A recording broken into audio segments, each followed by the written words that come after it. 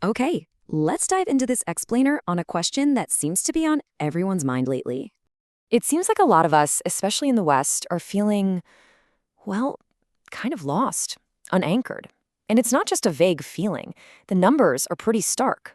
A recent study actually found that 3 out of every 5 young adults in America say their life lacks meaning and purpose. And look, this isn't just some philosophical debate. It has real, tangible consequences.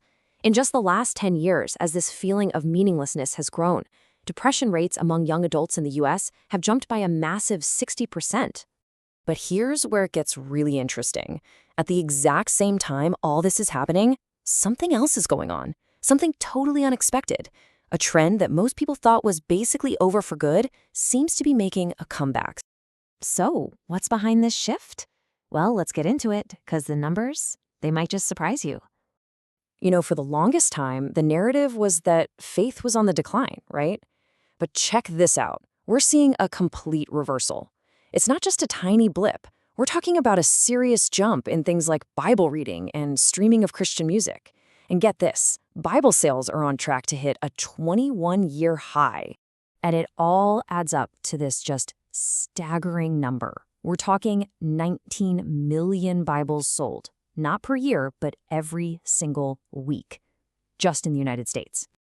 Okay, so this naturally brings up a huge question, especially if you're a bit of a skeptic. I mean, how do you go from feeling lost to putting your trust in a book that's thousands of years old? The bar for evidence has to be, incredibly high. All right, so let's tackle what's probably the biggest hurdle for a lot of people. Can we even trust these documents from a historical perspective? This is where it gets really fascinating. Some historians put it into perspective like this.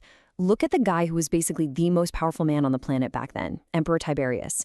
The argument is that we have just as much, if not better, historical source material for Jesus, who was, let's be honest, a nobody from nowhere, than we do for the Roman emperor. Now, you've probably heard this one before, right? Oh, the Gospels were written hundreds of years later. Well, when you actually look at the timeline, that's not quite right. Proponents of their reliability point out that all of these texts were finished within just a few decades of Jesus' death, easily within the lifetime of people who were actually there and could have said, hey, wait a minute, that's not how it happened. Okay, so maybe the documents are early. Fine. But what about the stories themselves? Let's dive into some of the toughest, most common doubts people have. People love to bring up the telephone game, where a message gets all garbled, but that's a really bad analogy for how this worked. Think about it. The whole point of the telephone game is to mess up the message. In ancient oral cultures, where stories were told out loud, in public, over and over, the goal was the exact opposite. It was all about preserving the story accurately. And then there's the resurrection. The argument here is that the stuff that makes the story seem weirdest is actually what makes it more believable. Like, if you were making this up, would you make your heroes a bunch of cowards who ran it hid? No way. And would you make the first witnesses women who weren't even considered reliable witnesses back then? That's just an embarrassing detail to include. Proponents say these aren't the details of a made-up myth. They're the messy, unexpected details of something real. All right, now we get to what is, for many, the biggest question of all, the one that keeps people up at night. So before we even get to the Christian perspective, let's look at it from a purely materialist point of view. You've got Richard Dawkins saying, DNA just is, and we dance to its music. If that's all there is, then things we call evil aren't really evil in any objective sense. They're just survival tactics. Our DNA doesn't care if a child is suffering on the other side of the world. And that leads to the counter-argument. The Christian perspective says, hold on. The very fact that we have this powerful gut-level sense that some things are objectively wrong, that what happened was just plain evil, well, that points to something. To call something evil, you have to have some kind of standard for what is good. And if there's a universal moral standard, they argue, that implies there's a moral standard giver. Okay, so we've talked philosophy and history, but let's bring it all back home. How does any of this actually connect to that initial search for meaning we started with? How does it offer any real hope?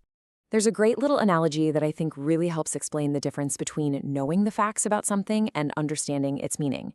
It's called Betty the botanist. So, you've got Betty. She's a brilliant scientist. She can tell you everything about this rose. Its chemical makeup, its biology, the whole shebang. It's a botanical specimen. But what she can't tell you is why it's there. she completely misses that her lab assistant, Jerry, left it for her as a love gift. See, science is amazing at explaining the what, but it often struggles with the why.